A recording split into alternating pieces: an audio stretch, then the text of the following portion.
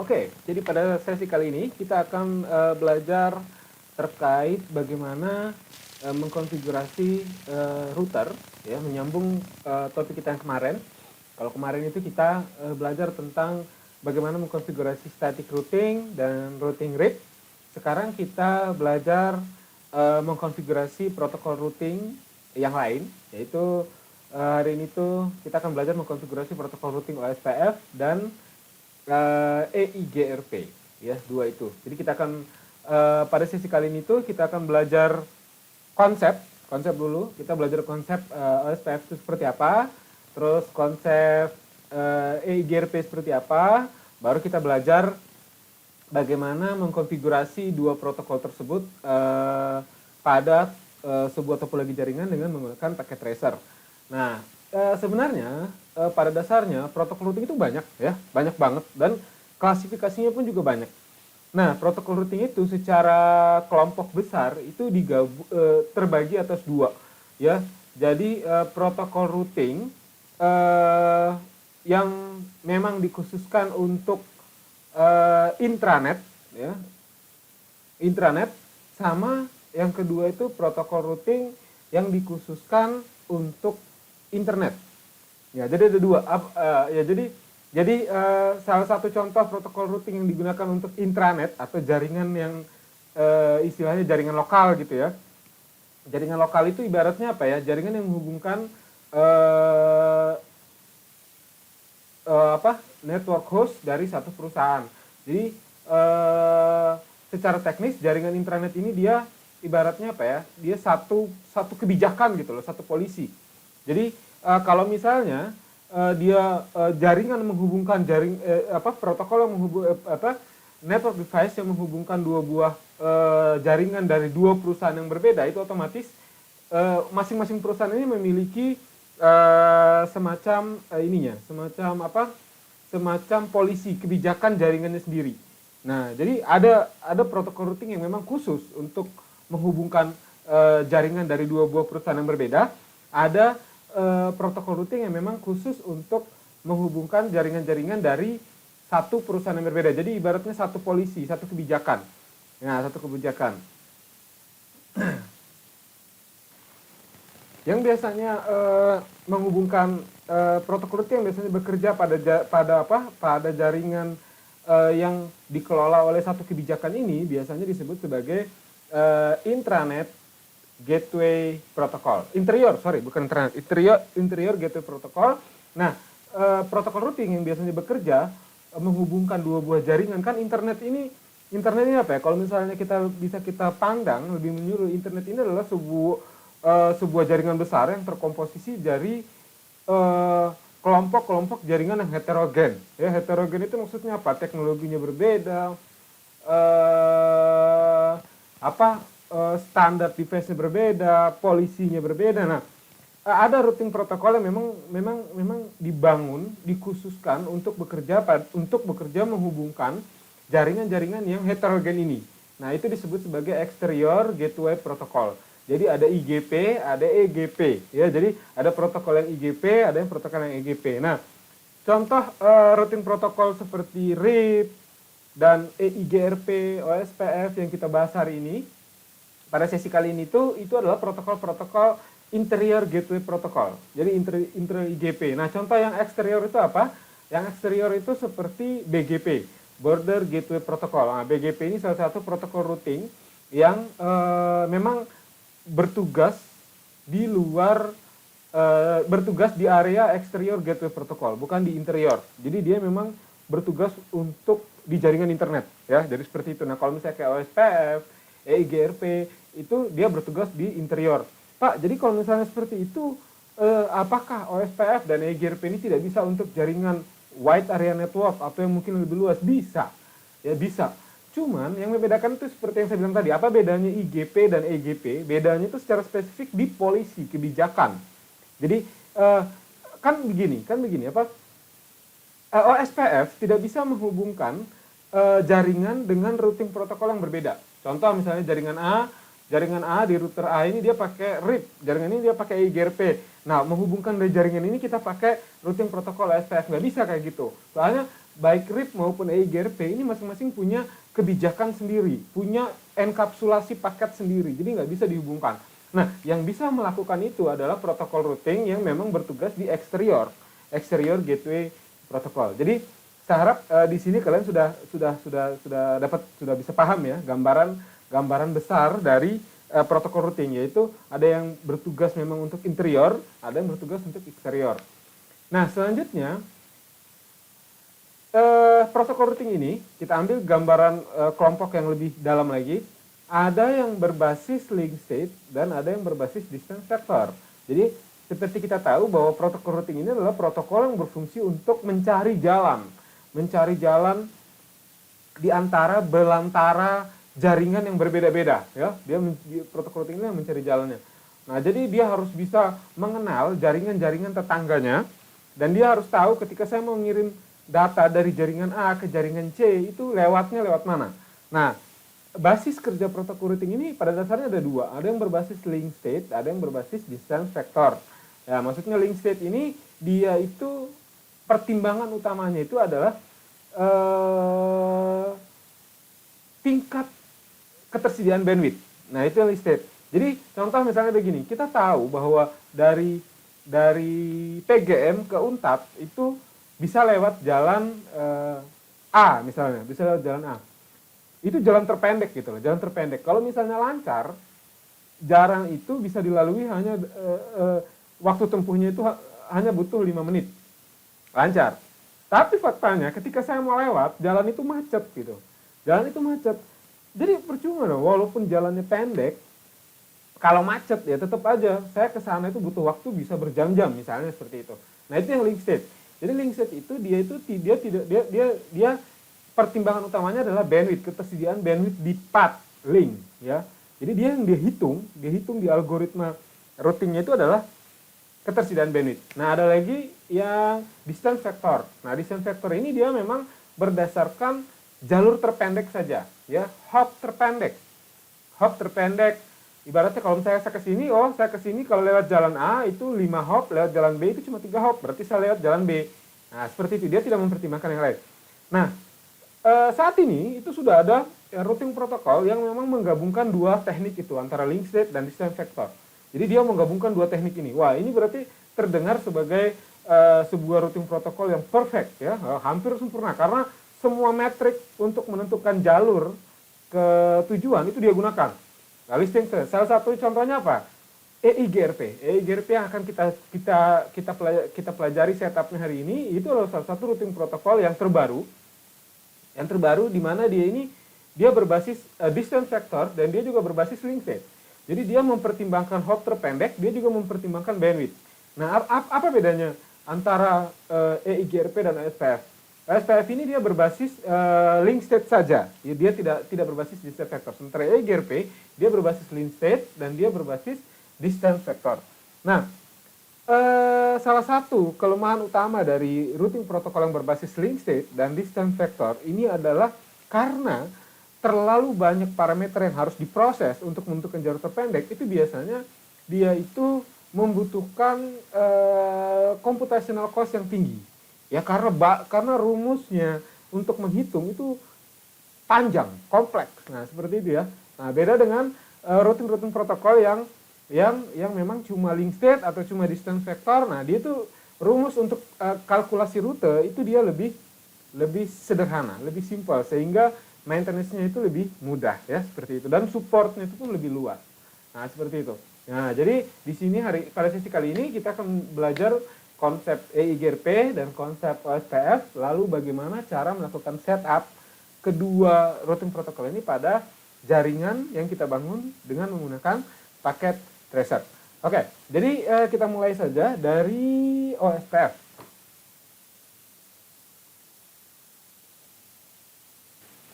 Baik, OSPF atau yang sering disebut sebagai Open Source Path First.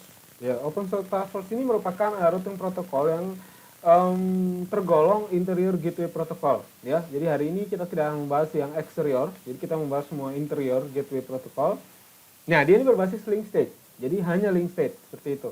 OSPF ini merupakan routing protokol yang mampu bekerja secara hierarkis. Nah, jadi routing protokol ini kita bisa set priority routingnya dengan skema hierarkis, ya, dengan skema hierarkis. Jadi kalau misalnya kita mau membuat men-setup routing protokol untuk jaringan, jadi kita bisa set priority yang mana jaringan backbone dengan priority yang paling tinggi, lalu jaringan sub-subnya dengan priority yang di bawahnya, kayak gitu. Nah, jadi dengan menggunakan skema seperti ini, pengelolaan skema seperti ini, nantinya itu distribusi ininya itu bisa lebih, distribusi routing table-nya itu bisa lebih efisien, ya, seperti itu. Nah, terus jadi untuk membagi skema hierarkis ini, itu dia menggunakan skema yang namanya area. Jadi di setting OSPF itu ada yang namanya area 0 sampai area sekian. Nah, area yang angka di belakang statement area ini itu menandakan hierarkisnya, mulai dari 0 yang paling tinggi terus ke bawah, seperti itu. Nah, OSPF ini dia menghitung bandwidth yang tersedia pada setiap link untuk memutuskan jalur distribusi data. Jadi dia bukan short path, ya, dia bukan short path, ya. Jadi dia menghitung bandwidth. Jadi mana yang menurut dia bandwidthnya paling lenggang, walaupun jalannya mungkin paling jauh, jalur hopnya paling banyak, tapi kalau misalnya dia berpikir bahwa oh ini bandwidthnya paling oke, paling pas untuk saya kirimkan data, maka dia akan memilih jalan itu. Nah, seperti itu. OSPF ini bekerja dengan menggunakan algoritma Dijkstra, ya. Jadi dia bandwidth link itu bandwidth link path itu dikalkulasi dengan menggunakan algoritma Dijkstra untuk memutuskan mana path yang dipilih. Nah, konvergensi ini misalnya kan begini. Seperti kemarin pada sesi sebelumnya kita sudah belajar tentang routing statik, ya. Kalian bayangkan kalau misalnya kita mengkonfigurasi sebuah routing statik, ketika misalnya ada satu node yang berpindah tempat, maka apa yang kita lakukan? Kita harus mereprogramming, setting ulang protokol routing kita. Nah, itu disebut konvergensi. Nah, pada protokol routing dinamis seperti halnya RIP, OSPF yang hari ini akan kita coba, dia itu konvergensinya ini, ya. Kalau di OSPF ini dia konvergensinya agak sedikit tidak efisien. Kenapa saya katakan tidak efisien? Karena ketika misalnya terjadi satu perubahan saja di jaringan, maka seluruh routing tabel di seluruh jaringan, ya, di seluruh jaringan yang terhubung itu harus diupdate. Harus proses pelacakan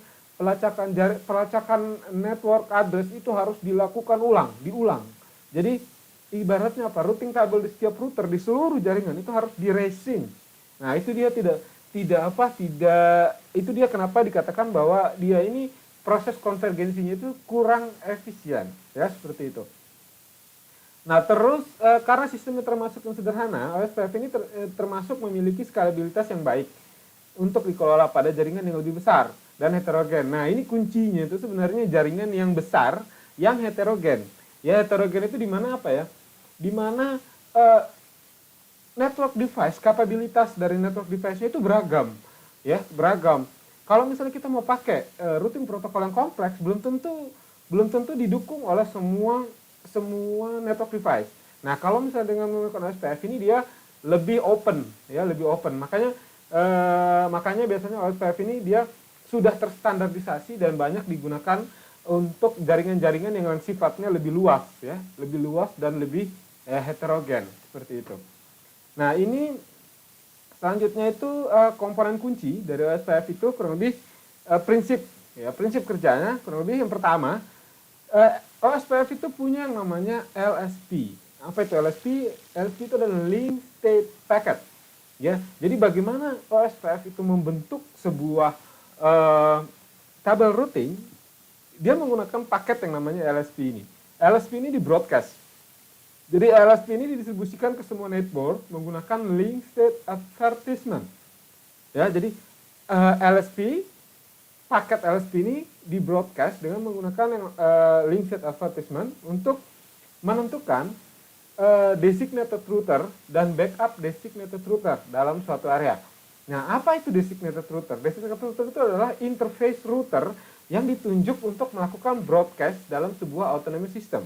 Jadi ketika kita mempunyai sebuah sistem jaringan yang luas, yang besar, nah, harus ada ibaratnya satu router yang bertugas untuk broadcaster, penanggung jawab.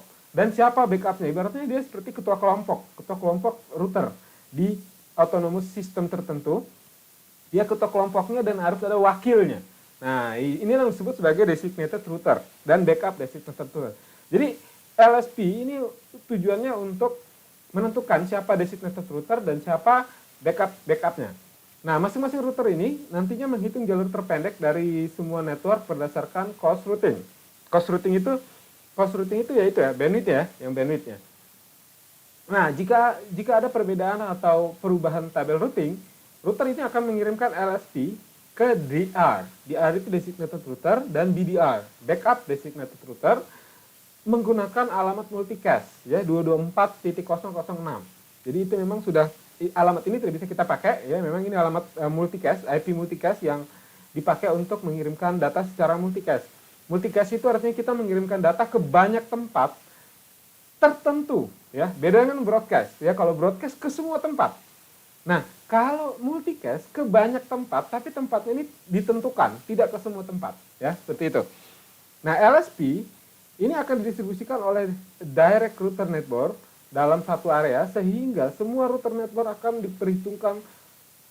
memperhitungkan ulang jalur terpendeknya. Jadi LSP ini adalah paket yang ibaratnya paket yang disebar. Nah, umpan balik yang dikirimkan tetangga jika menerima LSP ini, itu yang dijadikan modal untuk kalkulasi, dimasukkan ke algoritma Dijkstra, dikalkulasi di situ untuk mendapatkan informasi-informasi tertentu yang dibutuhkan untuk penentuan pembentukan routing tabel dan penentuan jalur terpendek. Nah, seperti itu ya. Jadi kurang lebih seperti itu. Begitulah konsep kerja dari OSPF ini. Nah, sekarang mari kita langsung masuk ke sesi praktikum. Ya, ke sesi praktikum. Jadi bagaimana caranya men-setup OSPF ini pada jaringan yang kita buat dengan menggunakan paket tracer. Nah, sekarang saya minta kalian semua untuk membuat sebuah jaringan seperti yang ada di gambar, ya, seperti ini. Ya, buat sebuah jaringan. Di sini saya tidak akan menuntun kalian lagi untuk pemilihan network device, untuk bagaimana caranya melakukan setup IP, router apa yang harus kita pilih, dan lain-lain. Saya tidak akan menuntun kalian lagi di situ. Ya, jadi kalian cukup melihat gambar uji coba yang ada di video ini, yang gambar yang nampak ini. Lalu silahkan kalian bikin topologi seperti yang ada di gambar. Nah, di sini seperti yang kalian lihat bahwa kita punya 3 buah router, ya, router. Nah, 3 buah router di mana setiap router ini terhubung ya dengan menggunakan kabel-kabel merah ini. Kabel merah ini adalah contoh kabel serial, ya, kabel serial. Serial tentunya routernya harus juga mendukung serial port. Nah, kabel serialnya itu adalah kabel serial DCA. Ya, kabel serial DCA, nanti kalian cari di bawah sini kabel serial DCA. Nah, ini dihubungkan dengan menggunakan kabel serial DCA. Apa bedanya kalau misalnya kita menghubungkan router dengan kabel serial ataupun kabel Ethernet? Nah, kalau menggunakan kabel serial, keuntungannya clock speed pengiriman data itu bisa kita atur. Ya, semakin cepat, semakin tinggi clock speednya, maka semakin cepat, makin besar pula transfer rate-nya. Ya, kalau misalnya dengan menggunakan kabel UTP kan nggak bisa. Ya, dengan kabel UTP nggak bisa. Nah, seperti itu. Nah, ini kita pakai kabel serial DCA.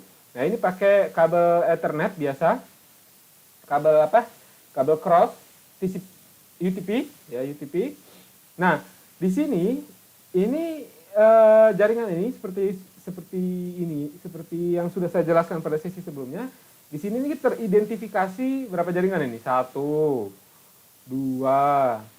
3, 4, ada 5. Ada 5 jaringan yang berbeda, ya. Ada 5 jaringan berbeda. Nah, di mana jaringan ini itu alamat networknya itu adalah 172.18.80. Ya, alamat networknya. Nah, alamat IP-nya berapa? Terserah kalian atur sendiri, ya. Nah, pokoknya saya mau nanti kalian berhasil melakukan setup topologi ini. Terus yang di sini ini alamat networknya 172.19.90. Jadi kalian ikuti skemanya. IP-nya terserah kalian. Ngaturnya bagaimana. Nah, ini ya. Nah, seperti ini. Nah, ini 172.16.10 ya. Ini jaringan 172.16. Ini kelas B ya. Jaringan yang ada switch-nya ini saya set alamat IP kelas B. Nah, di sini untuk jaringan yang menghubungkan antar router, ya, jaringan ini saya set menggunakan alamat IP kelas C ya. Yang ini 192.168.80, 192.168.90 ya, ada dua. Nah, jadi pengaturan IP-nya di sini itu kalian set sendiri, kalian atur sendiri. Pokoknya sebelum kita masuk ke routing, saya mau jaringan kalian harus sudah connect seperti yang ada di sini. Ya, di depan ini sudah connect semua, ya, sudah hijau-hijau semua. Nah, ini sebelum kita masuk ke konfigurasi routing ya, sudah connect semua, sudah hijau-hijau semua begini. Kalau masih ada merah itu berarti pengaturan IP kalian masih salah. Nah, bagaimana cara membuktikan?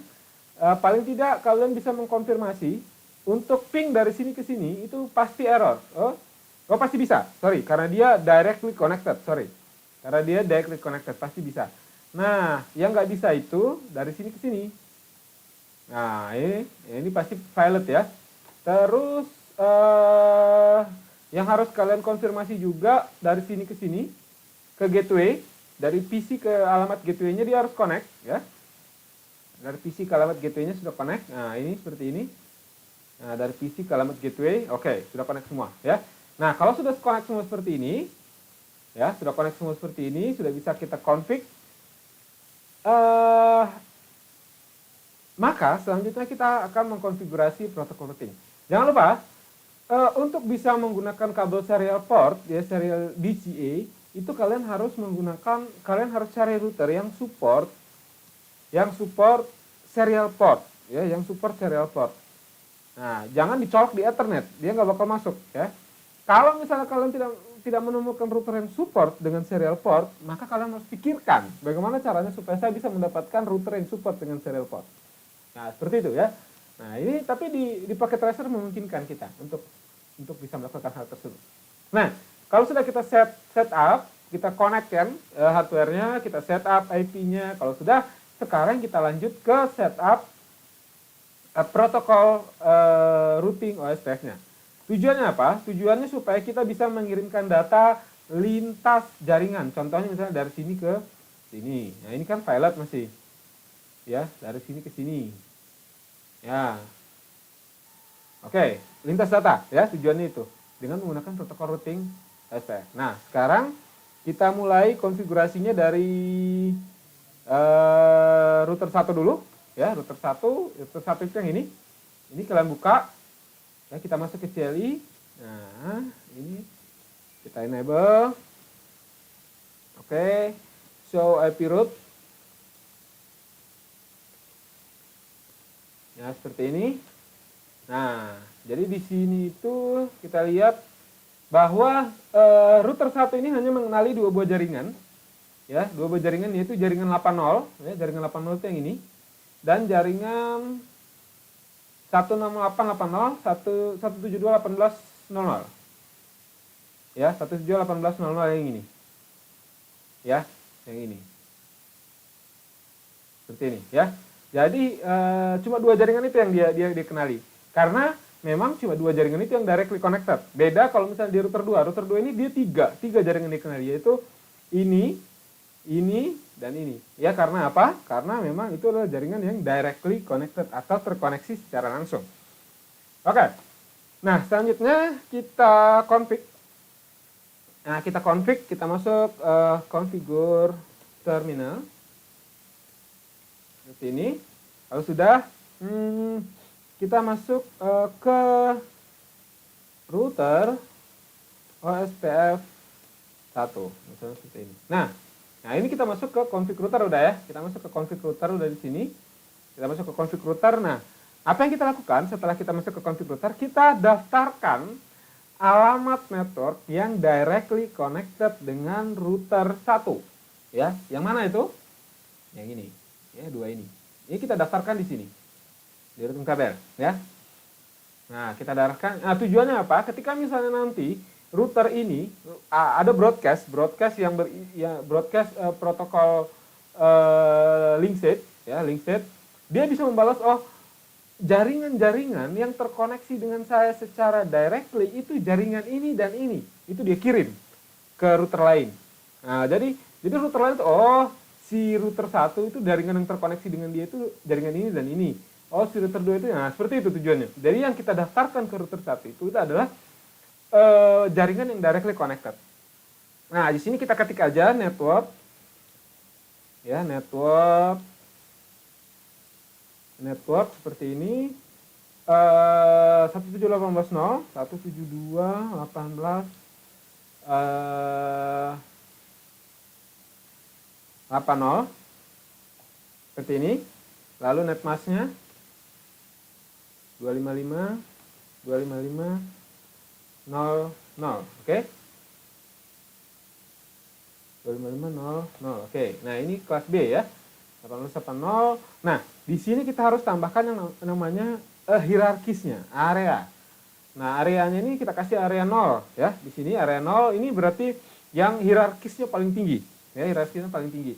Area 0 172.18.80. Oke, area 0.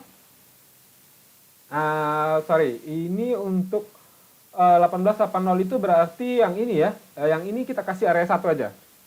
Ya, nanti yang area 0 itu backbone-nya. Backbone itu yang ini ya. Ini kita set ke area 1. Area 0, sorry. Nah, ini area 1, kita enter.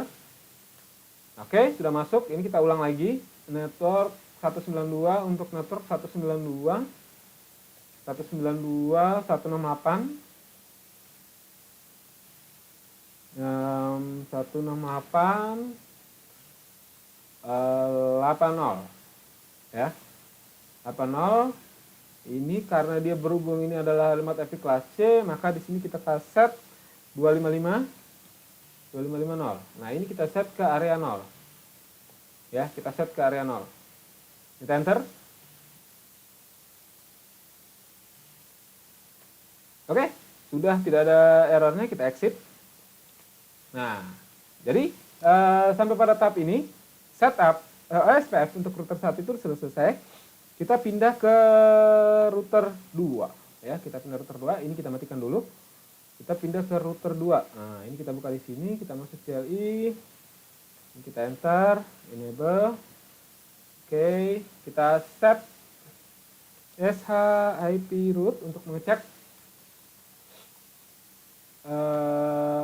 nah ini sudah ada 3 jaringan ya. 3 ini berarti yang harus kita daftarin ke router, ke protokol, ke tabel routing awal dari router 2. Langsung kita masuk configure terminal. Setelah ini kita masuk ke router OSPF 1. Router OSPF 1. Oke, sudah masuk. Nah, ini kita masukkan network 192.168 192.168.8.0 ya, 8.0 dengan netmask 255.255.255.0. Nah, ini kita mau daftarin ke sini ya. Ini kan area hierarkis, tadi dia masuk area 0. Area 0, oke. Ini masuk area 0. Enter. Kita enter. Oke, tidak ada error. Kita ulang. Untuk yang kita ulang ya, untuk yang ini 90. Ini 80, 90 ini kita masukkan ke area 0 ya. Karena dia backbone juga. Kita masukkan, kita enter. Lalu yang terakhir itu 172.19.9. Ini 172.19.90. Ya, ini netmasknya itu karena dia kelas B, kita kasih 00. Nah, ini kita kasih area 1. Ya, area 1. Enter. Oke. Exit. Oke. Nah, selanjutnya kita sudah setup yang ini. Selanjutnya kita pindah ke router 3. Kita pindah ke router 3. Oke, router 3 masuk CLI. Kita enable. Oke. Configure terminal seperti ini.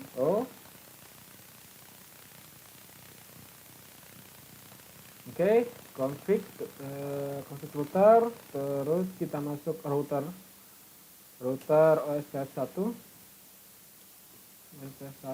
Nah sudah. Nah sekarang kita tinggal kita daftarin ya, daftarin alamat network yang directly connected, yaitu ini dan ini ya, 192.168 network 192.168.90 netmask 255.255.255.0. Oke, ini area, dia masuk ke area 0. Bentar, selanjutnya kita daftarin yang 172. Ya, ini kita 172. Nope. 172, 168, 172, 16. 172, 16, 10. Ya, 16, 10. Ini netmasknya 00. Ya, ini kita masukin ke area 1. Oke, enter. Oke, kita exit. Nah, exit lagi. Nah, sekarang kita cek tabel routingnya. SH, IP,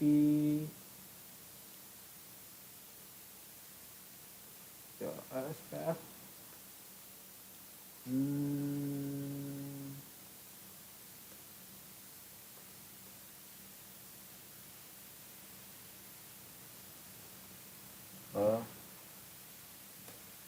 Area 0.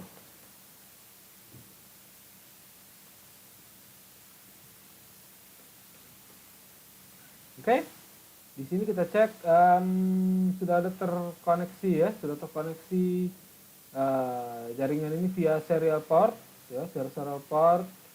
Nah, ini time via sudah terkoneksi, sudah terhubung, harusnya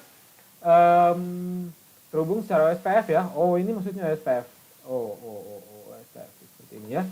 Nah, sekarang kita tinggal cek ping, kita perhatikan di sini. Ini kita cek ping dari sini ke sini. Oke, sudah sukses. Dari sini ke sini. Oke, sukses. Oke, kita coba dari sini ke sini. Oke, sukses ya. Jadi kurang lebih seperti itu ya. Jadi seperti itu teknik konfigurasi OSPF. Tidak terlalu rumit, sederhana. Yang penting kalian paham konsepnya ya. Konsepnya OSPF ini sama seperti RIP ya. Jadi yang kita daftarkan ke routing tabel setiap router itu adalah untuk inisialisasi routing tabel itu adalah alamat network yang directly connected dengan router itu ya. Nah, nanti alamat network seberangnya itu nanti urusan routing tabelnya yang mengembangkan tabel routing ya. Jadi itu yang kita lakukan. Oke, selanjutnya kita pindah ke konsep yang kedua, protokol routing yang kedua yaitu EIGRP. EIGRP atau Enhanced Interior Gateway Routing Protocol. Ini merupakan bentuk peningkatan performa dari protokol IGRP. Jadi bentuk improvement dari IGRP. Nah, EIGRP ini dia menggunakan teknik distance vector dan teknik link state. Jadi dua teknik digunakan di sini, yaitu distance vector dan link state. Algoritma yang memproses dua buah metrik yang berbeda ini disebut sebagai algoritma dual ya. Jadi algoritma dual ini dia memang ini sebuah algoritma yang kompleks ya. Karena dia memproses dua buah parameter yang berbeda, yaitu parameter berbasis distance vector dan parameter dari basis link state. Ini dihitung dengan menggunakan rumus tertentu lalu menghasilkan satu buah kesimpulan, yaitu shortest most ideal routing path. Nah, seperti itu. Nah, menurut Kisco, pada jaringan yang didesain dengan baik, EIGRP ini memiliki skalabilitas konvergensi yang cepat dengan beban traffic yang minimal. Nah, EIGRP ini juga, tapi EIGRP ini tidak memiliki secara teknis untuk konvergensi dia tidak terlalu menyita ini ya, dia tidak terlalu menyita processing cost, tapi di proses kalkulasinya yang menggunakan algoritma dual ini, nah itu dia agak berat.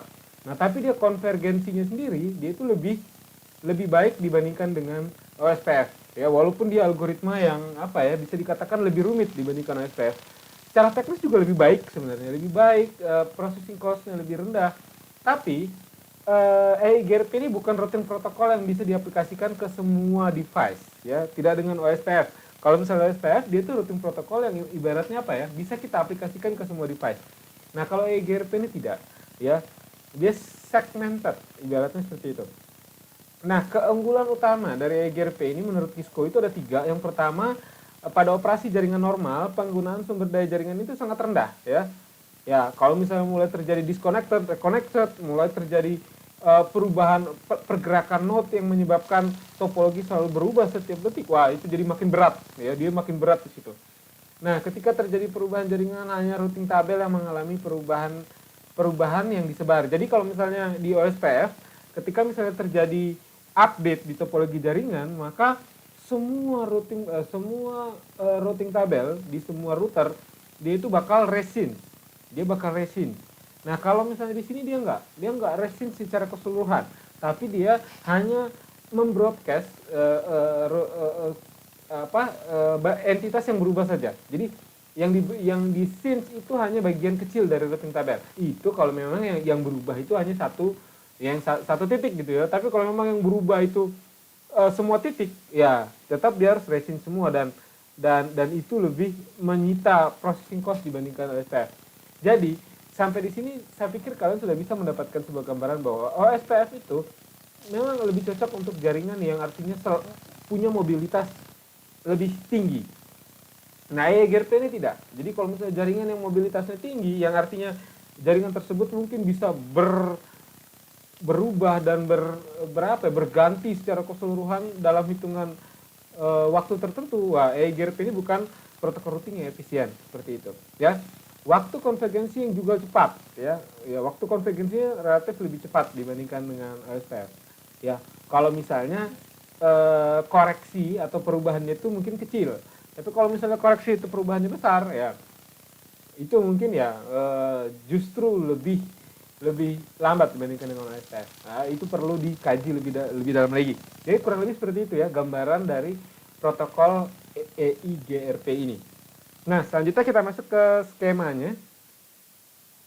Nah, prinsip kerja dari EIGRP. Jadi EIGRP ini dia ada yang namanya hello packet, ada yang namanya update packet, acknowledgement packet, query packet, dan reply packet. Jadi dia bekerja dengan menggunakan 5 paket ini. Nah, kita mulai yang pertama hello packet. Hello packet ini untuk apa? Hello packet ini dikirim secara multicast dengan menggunakan alamat 224.0010.0010. Multicast ya, bukan broadcast, multicast. Tujuannya itu untuk mendapatkan status sekaligus deteksi path dari router tetangga. Lalu algoritma dual digunakan untuk melakukan kalkulasi path. Nah, jadi ketika selanjutnya update paket ini digunakan saat router baru terkoneksi ke jaringan. Jadi kalau misalnya kita sudah membentuk jaringan ya, kita sudah punya tabel routing. Nah, tiba-tiba ada satu router baru, dia terkoneksi ke jaringan yang sudah terbentuk ini. Nah, update paket ini dikirimkan secara unicast. Nah, unicast itu artinya dia lawan dari multicast ya, satu arah, satu tujuan. Unicast sehingga router dapat membangun topologi tabel. Ya, dalam kasus ini update paket dikirimkan secara multicast untuk mengupdate link cost. Nah, jadi multicast untuk mengupdate link cost, unicast untuk mengupdate topologi tabel. Jadi misalnya dia menggunakan paket khusus yang namanya update paket. Lalu ada acknowledgement paket. Acknowledgement paket ini adalah paket yang tidak berisi data. Ya, ini dikirimkan secara unicast. Ya, unicast digunakan sebagai media balasan. Jadi ketika misalnya dia mengirim hello paket, nah balasan dari penerima hello paket ini adalah acknowledgement paket. Nah, jadi dia dikirim ke unicast dari si penerima langsung ke si pengirim, ya, seperti itu. Nah, digunakan sebagai media balasan pemberitahuan bahwa paket yang dikirim telah diterima. Lalu ada query packet. Query packet ini adalah sebuah request atau permintaan yang dilakukan secara multicast. Jadi ini dikirimkan secara multicast, bukan broadcast, yang berisi request, ya, berisi request yang akan meminta sebuah route, ya, ketika dia meminta sebuah rute pengiriman data. Nah, selama mengirimkan query paket, setiap router akan melanjutkan untuk meneruskan query paket tersebut sampai sebuah router akan memberikan sebuah replay paket sebagai informasi bagaimana cara menuju ke sebuah jaringan tertentu. Nah, jadi query paket ini dikirimkan secara multicast, bukan broadcast. Jadi tidak semuanya dapat, tapi hanya jalur-jalur tertentu yang dapat dikirim. Nah, begitu dia terima, ini diterusin terus secara multicast. Nah, diterusin sampai akhirnya dapat satu titik, ya, titik yang artinya titik terakhir, ya, titik terakhir di jaringan itu artinya semua router itu dapat, ya, semua router itu dapat titik terakhir. Nah, titik terakhir ini adalah titik yang bisa menginfo, oh kalau misalnya tujuannya itu ada di jaringan saya, di jaringan belakang saya. Oh, kalau misalnya kayak gitu, kamu bisa melalui path ini kayak gitu. Jadi selama pengiriman query paket ini dia apa? Ketika di forward query paket ini ada data yang ikut gitu loh. Ada data yang ikut di query paket ini. Data yang ikut itu berisi informasi query paket ini udah lewat di mana aja gitu loh. Nah, jadi nanti itu si penerima terakhir dia itu akan mengirimkan balasan secara unicast ke pengirim. Oh, kalau misalnya kamu mau ke saya, jalurnya bisa lewat sini. Jalurnya lewat sini, kalau lewat sini dia itu bandwidth itu cukup lenggang. Kalau lewat sini dia itu padat. Dia ini ada berapa hop, ini ada berapa hop. Jadi dia cari mana benar-benar best path berdasarkan banyak pertimbangan, mulai dari distance factor, mulai dari bandwidth, itu semua dipertimbangkan. Mana yang paling oke, mana yang paling ideal, dia akan memilih jalan itu. Nah, dia di titik akhir ini mereply query paket itu dengan menggunakan replay paket. Jadi ingat ya, replay paket ini hanya dikirim ketika query paket benar-benar sudah sampai ke semua router dan sampai ke titik terakhir router, di mana titik terakhir ini bisa menginformasikan ke si pengirim bahwa kalau mau mengirimkan jaringan yang dicari itu ada di belakang dia dan kamu bisa melewati jaringan ini, kamu bisa melewati path ini untuk menuju ke sini, gitu. Nah, jadi begitu. Jadi replay paket hanya dikirim ketika misalnya si query paket ini sudah sampai ke tujuannya. Jadi Pak, semua router itu menerima query paket. Iya, semua router menerima query paket. Bedanya unicast sama broadcast, kalau misalnya dia di broadcast, semua anggota-anggota dari router itu bakal menerima paket itu. Nah, itu kalau broadcast. Tapi kalau dia unicast, tidak. Hanya router itu saja. Oh, anggota saya itu nggak punya kepentingan dengan paket ini, berarti saya tidak harus mengirimkan ke dia. Saya kirimkan lagi ke router yang lain, kayak gitu. Itu yang dimaksud dengan unicast. Ya, jadi kurang lebih seperti itu prinsip kerja dari EIGRP. Sekarang kita lanjut ke bagaimana mengkonfigurasi EIGRP pada jaringan, pada topologi jaringan dengan menggunakan paket tracer. Nah, sekarang kita punya sebuah topologi, ya, topologinya sama seperti yang tadi ya. Jadi saya bikin dua jaringan di sini, dua jaringan dengan konfigurasi yang sama, ya, dua jaringan dengan konfigurasi yang sama, ya. Nah, yang ini yang tadi, ya, SPF, yang saya bikin jaringan satu lagi di satu project yang sama, ini GRP. IP-nya sudah saya setup, IP-nya setupnya sama seperti setup di OSPF, ya. Setupnya sama, topologinya juga sama, ya. Jadi yang membedakan benar-benar hanya routing protokolnya, ya. Jadi silakan kalian bikin project baru, ya, yang mirip seperti project sebelum, yang mirip seperti topologi sebelumnya. Tidak usah project baru, bikin saja di satu project topologi baru yang sama dengan topologi sebelumnya. IP-nya kalian inisialisasi juga. Kalau kalian sudah bisa membuat topologi sebelumnya, harusnya kalian sudah bisa membuat topologi yang ini. Nah, baru kalau misalnya kalian sudah buat, selanjutnya kita masuk ke konfigurasi, ya, konfigurasi EIGRP. Nah, pada dasarnya konfigurasi EIGRP ini kita set dulu. EIGRP ini saya mirip-mirip dengan OSPF, ya, mirip-mirip dengan OSPF. Jadi yang kita daftarkan sebagai inisialisasi tabel routing itu adalah network yang directly connected dengan router, yang directly connected dengan router di mana yang sedang kita config, ya, seperti itu. Sekarang kita cek dulu. Oke, directly connected-nya connect, ya, sudah connect. Ini tandanya IP-nya sudah saya inisialisasi semua. Oke. Nah, oke, ini sudah tidak ada masalah. Oke, sudah tidak ada masalah. Dan sekarang kita tinggal, nah ini kita cek lagi ininya. Oh, pilot ya. Jadi ini kita akan konfigurasi protokol routingnya di sini. Oke. Nah, sekarang kita masuk ke router 1. Kita masuk ke CLI. Oke, ini seperti biasa, kalau config protokol routing, itu yang harus kita lakukan pertama kali adalah menunjukkan IP root-nya. Enable. Oke.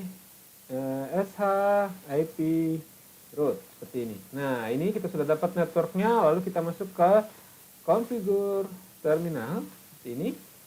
Nah, setelah masuk ke configure terminal, masuk ke config EIGRP. Caranya router EIGRP 1 seperti ini. Nah, kita masuk ke config EIGRP-nya sudah.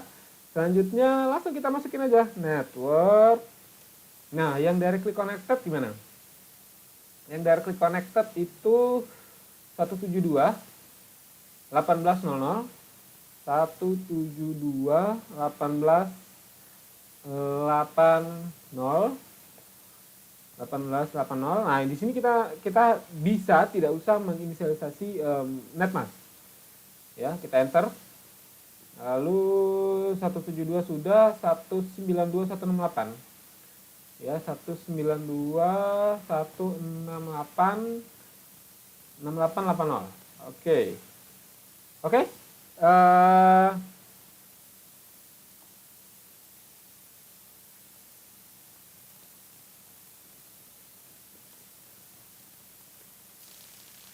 Oke, kita sudah save konfigurasinya. Sekarang kita exit.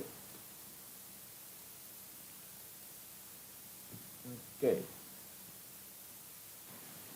Ya, berdasarkan hasil pengecekan, sepertinya ada sedikit kekeliruan ya pada konfigurasi pertama. Di sini yang kita save routing tabelnya itu tidak tersave.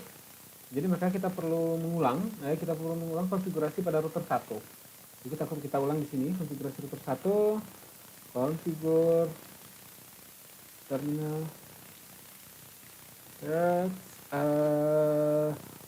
router EIGRP 1. Nah, oh ya, ini tadi juga belum saya jelaskan ya, masalah angka di belakang router ini, di belakang nama router. Ini adalah angka yang menunjukkan bahwa ini kumpulan autonomous system kelompok 1. Ya, jadi seperti itu. Jadi kalau misalnya dalam kasus OSPF tadi, selama misalnya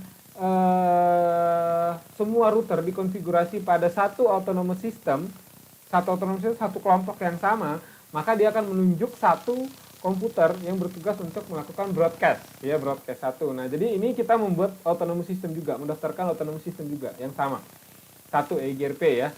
Nah, jadi ini kita enter, kita masuk, kita konfigurasi, kita masukkan, daftarkan network 172.18.80 172.18.8.0, ini kita enter.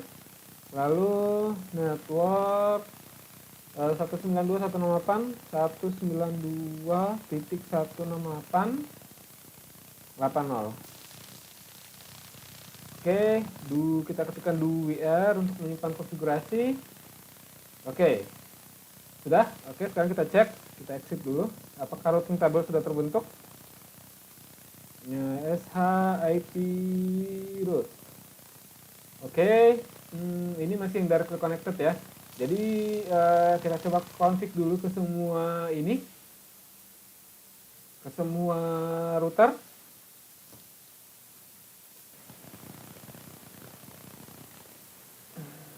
Kita konfigurasi di router 2 ya, router 2 kita config. Selanjutnya kita enable. Oke, configure terminal router EIGRP 1 ya. Kita gabung ke autonomous system tadi. Terus enter network. Networknya ini dia masuknya itu 172.19.9 1990, terus network lagi 192.168.80 192.168.80. Oke. Selanjutnya 192.168.90. Oke. Kita building konfigurasinya. Oke. Kita exit. Oke.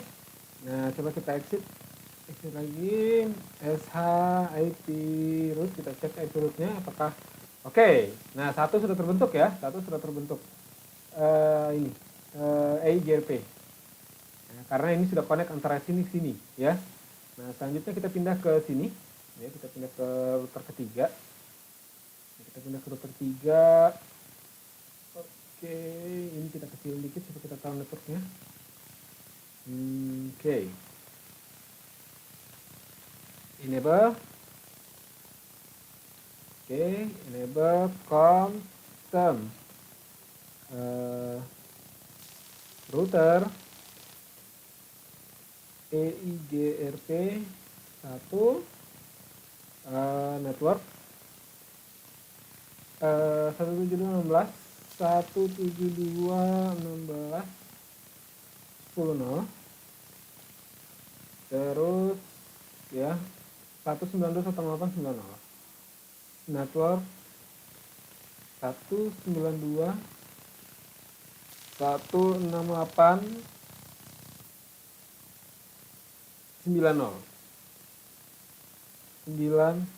ya, seperti ini. Oke, next boardnya sudah ketemu ya. Ini kita building konfigurasinya. Oke, kita exit lagi. SH IP root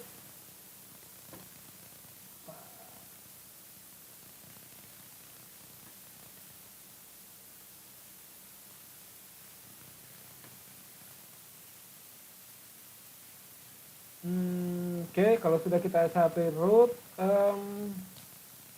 enter. Nah, di sini sudah ketemu ininya routing tabelnya sudah terbentuk untuk EIGRP ya. Langkah terakhirnya adalah melakukan pengujian ya, pengujian jaringan. Yang ini juga tadi kita cek lagi, yang tadi belum terbentuk ya. Ini kita ulangi. Satu root, nah ini juga sudah terbentuk ya di ACP. Jadi kalau misalnya kalian config pertama kali dia belum terbentuk, itu memang karena dia belum melakukan sinkron pembentukan. Dia belum melakukan pembentukan routing tabel. Jadi dia belum melakukan sinkronisasi antara satu dengan yang lain. Jadi itu wajar kalau misalnya kalian sudah setup dia tidak muncul. Ya, kalau sudah seperti ini kita tinggal cek ping dari sini. Oke, tidak ada masalah. Nah, kita cek ping lagi dari sini ke sini. Oke, tidak ada masalah. Oke, jadi seperti itu ya. Jadi, nah sekarang kita masuk pada kesimpulan pada sesi kita kali ini. Jadi kira-kira mana yang lebih bagus antara routing protokol EIGRP dan OSPF. Nah, secara teknis OSPF ini lebih maju EIGRP ini lebih maju dibandingkan dengan OSPF ya. Maksudnya lebih maju itu apa? Maksudnya dia lebih kompleks ya. Parameter yang dinilai itu lebih banyak. Jadi menurut hemat saya penentuan source path, penentuan jalur dari source ke destination, dari source ke destination itu lebih bijak gitu loh, lebih sesuai, lebih pas dibandingkan dengan OSPF. Namun karena kerumitan itu membuat EIGRP ini menjadi segmented. Artinya apa? EIGRP ini nggak bisa sembarangan diimplementasikan, khususnya di daerah atau di tempat yang network device-nya itu yang heterogen, tidak homogen ya. Jadi ibaratnya ada berbagai jenis network address yang kita tidak bisa tentukan standar minimum spesifikasinya seperti apa. Nah, seperti itu. Jadi untuk daerah-daerah yang tertentu seperti itu, maka lebih cocok menggunakan OSPF. Nah, ketika misalnya sebuah jaringan ya, dia memiliki standar minimum tertentu yang memang lebih homogen, maka lebih disarankan menggunakan EIGRP. Makanya biasanya EIGRP ini lebih diperuntukkan untuk jaringan yang lebih lokal. Ya, kalau misalnya OSPF itu karena dia sudah mendukung banyak standar ya, dia mendukung banyak standar, makanya biasanya jaringan-jaringan berbasis WAN saat ini tuh kebanyakan menganut OSPF ya, jaringan WAN yang ibaratnya apa ya, yang dimiliki oleh satu perusahaan. Ingat lagi bahwa OSPF dan EIGRP ini adalah interior gateway routing protocol ya, jadi dia untuk jaringan dalam. Jadi dia untuk jaringan yang dikelola oleh satu perusahaan dengan satu kebijakan. Nah, kalau yang eksterior seperti BGP itu dia untuk jaringan yang untuk BGP itu routing protokol menghubungkan dua buah jaringan dari dua buah perusahaan dengan polisi yang berbeda. Nah, kalau untuk di packet tracer sendiri yang bisa kita config ya, yang bisa kita config itu coba kita cek ya, configure terminal seperti ini.